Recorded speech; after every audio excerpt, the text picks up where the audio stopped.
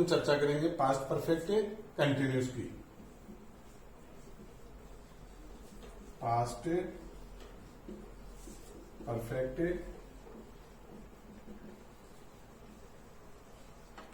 Perfect continuous.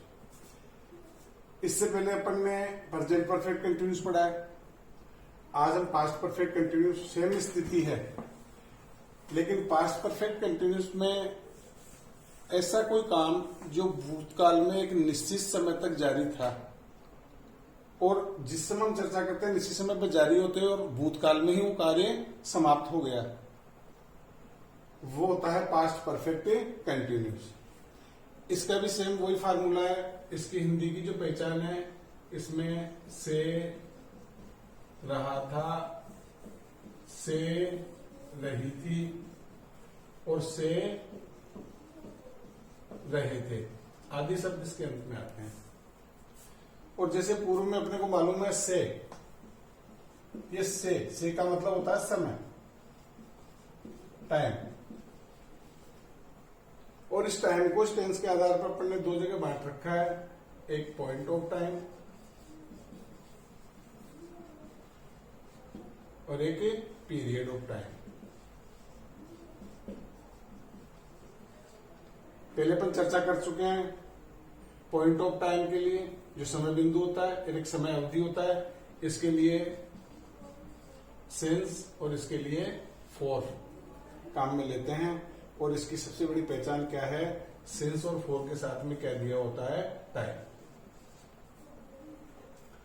अब ये होगा इसका से रहा है, से रही है, इसकी हिंदी में पहचान हो गई। और इसमें से के लिए क्या है अपने पास, टाइम। और टाइम दो प्रकार के होते हैं, पॉइंट ऑफ टाइम और पीरियड ऑफ टाइम। इससे अपन इसकी पहचान करते हैं और इनके लिए सिंस और फॉर और साथ में टाइम आता है।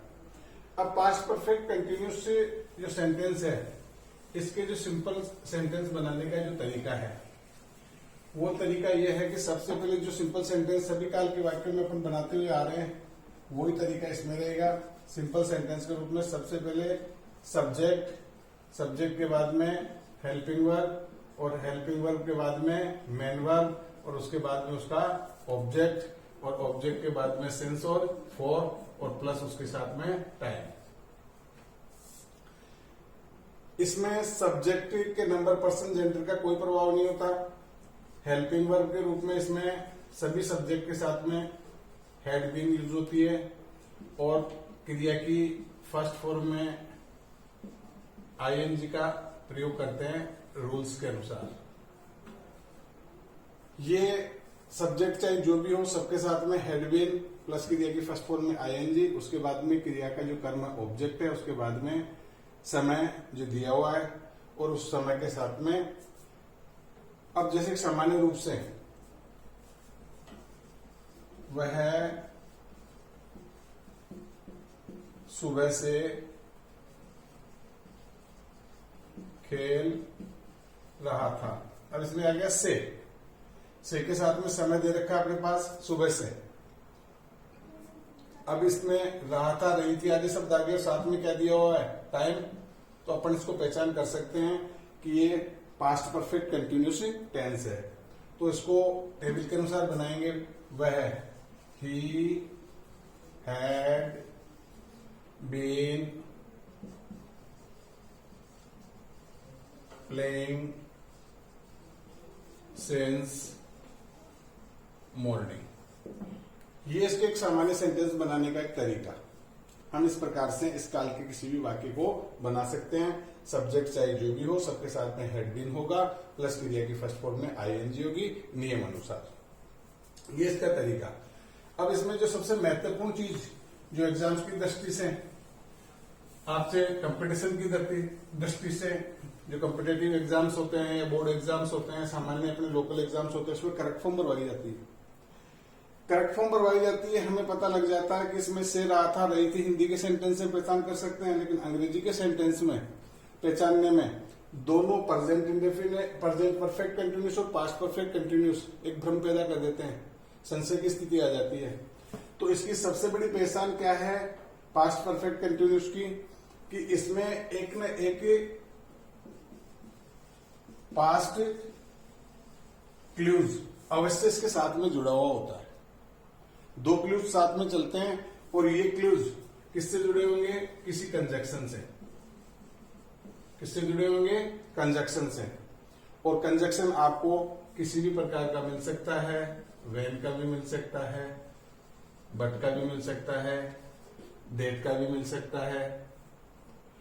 तो ऐसे कोई कंजक्शन और कंजक्शन के बाद में आपको या पूर्व में कोई पास्ट क्लूज आ जाता है, तो इस पास्ट क्लूज से कहने का मतलब जो पास्ट टेंस को शो करता है ये पता लग जाएगा उसके साथ में। और उसके बाद में हमें क्या है दिया हुआ मिलता है उसमें सिंस और फॉर प्लस टाइम। तो हम इससे पहचान कर सकते हैं सिंस और फॉर के साथ में टाइम दिया हुआ और साथ में पास्ट क्लूज भी है।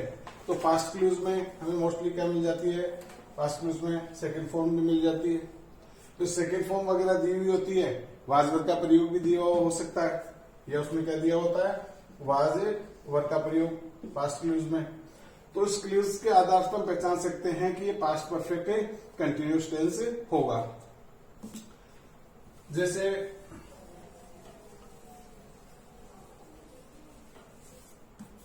एक सेंटेंस लेते हैं,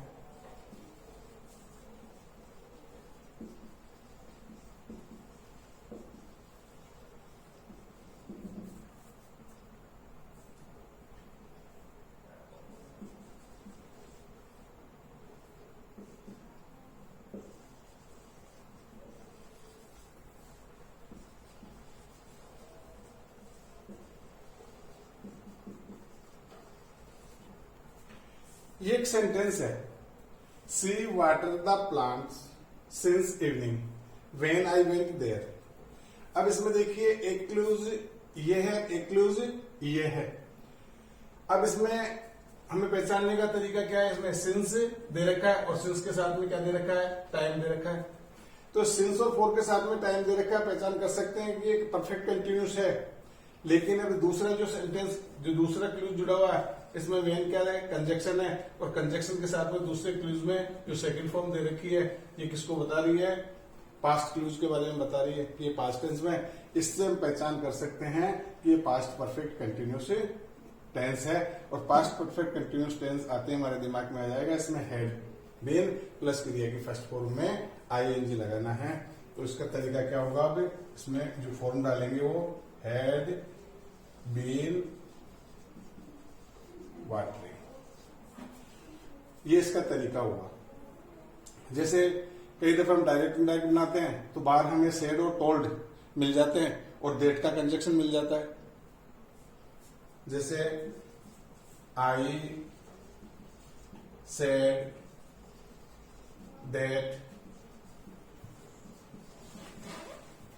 आई live here for an years. अब I said that I live here for 10 years। अब इसमें डेट किसका काम कर रहा है? कंजक्शन का काम कर रहा है। और बाहर क्या है? पास्ट। ये क्या है? सेड, सेकंड फॉर्म है, तो सेकंड फॉर्म है।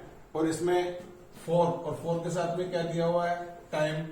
हम पहचान कर सकते हैं सिंस और फॉर के साथ में टाइम है, कौन सा है? परफेक्ट कंटिन्यूस है। लेकिन बाहर दूसरा जो क्लूज है वो कैसा है? पास्ट टेंस का है। तो इसमें क्या गया? सेड। तो हम इसको पास्ट परफेक्ट कंटिन्यूस में ले जाएंगे। और पास्ट परफेक्ट कंटिन्यूस का मतलब क्या होता है?